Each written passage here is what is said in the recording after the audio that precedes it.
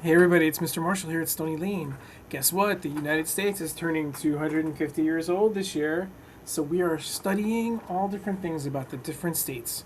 Okay, today we're going to talk about some of the names of the states, and there was another video that talked about how the names of our states came from different languages, but there are also a lot of states in our country that were named for people. Okay, they were named after famous people, and so today we're going to learn about 5 states that were named for famous people. Ready? So the first one is the state called Washington. Washington is a state that's in the northwest corner of the United States. It's the only state that's named for a U.S. president, right? And of course, that was George Washington. But there were some other states that almost got named for presidents. But they're states that don't look like what they look like now, okay? So some of them are these guys. There are 3 other states that were almost named for presidents. This one is Thomas Jefferson, who was the 3rd president of the United States.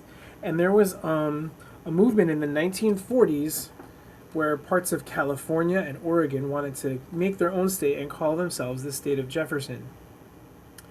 And what happened was, it almost happened on December 8th, 1941. But what happened was the day before, on December 7th, World War II started for the United States. We joined World War II because we were attacked. And so everyone kind of forgot about the state of Jefferson.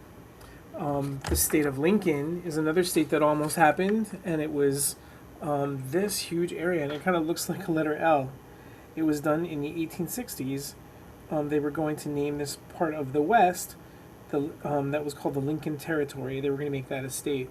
And over here, this is James K. Polk, and he's not such a famous president. He was the 11th president, but he did some important things. Like, what he did was he was the president that promised that he was going to make our country go all the way out west to the Pacific Ocean, and he did it. That was his one promise, and he kept it. And so people wanted to name this part of the United States after him. It was called the Polk Territory, but it didn't really get anywhere. So that's the story of James K. Polk. Ready? So here's our second state that's named for a famous person. This is Georgia. Georgia was one of the 13 original colonies. It's in the southeast part of the United States, and it was named for a British king named George II, right? If you know something about the American Revolution, you know that the United States fought against George III, who was the King of England at the time. That wasn't him. That was his grandson. But here's some important things about George III and how the state of Georgia was named for him. King George II was the king who allowed the colonists to claim that land in the name of England. And so they named the state after him, so it was called Georgia. It was named that in 1732.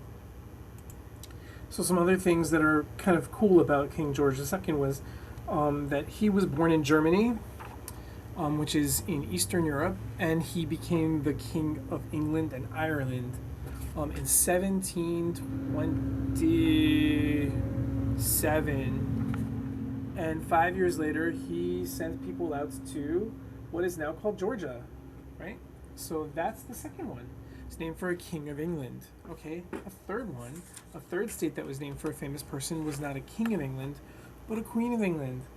The state of Maryland. Maryland was also one of the 13 colonies, and it's named for Queen Henrietta Maria, who was the wife of King Charles I. Maryland means Mary's land, right? And so let's think about what we know about who this person was. This is her. This is Queen Mary Henrietta, or Henrietta Mary, whichever way they called her. But I think most people called her Henrietta, but it was named for her as Mary. So let's talk about why the state was named for her. So the state was given to a leader named Lord Baltimore, who settled that area when King Charles I was the king. And the people that went there were people that were that belonged to the religion called Catholicism, or Catholic.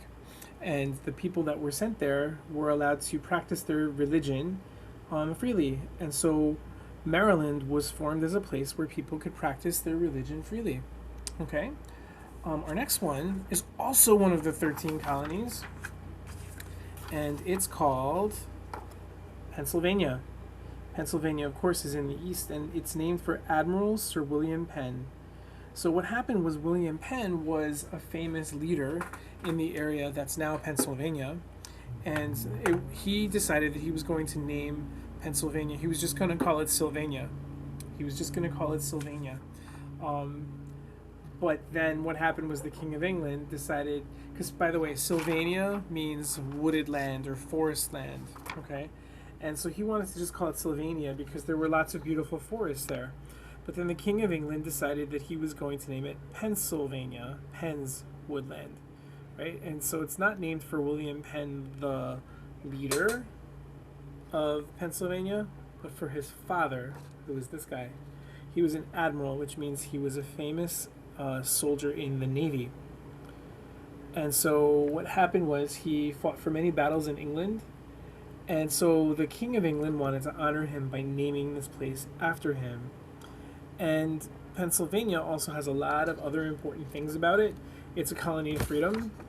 It's a place that has the city of Philadelphia, which is called the city of brotherly love, where everyone is supposed to get along.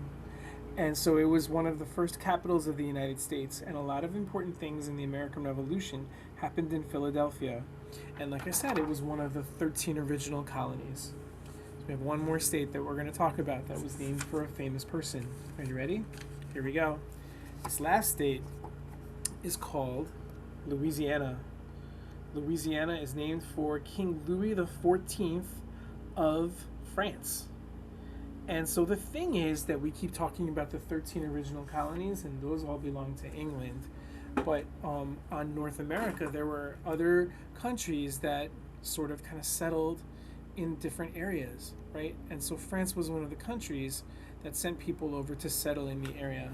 And so King Louis XIV was the king of France. He became the king of France when he was 4 years old because his father, the king, died.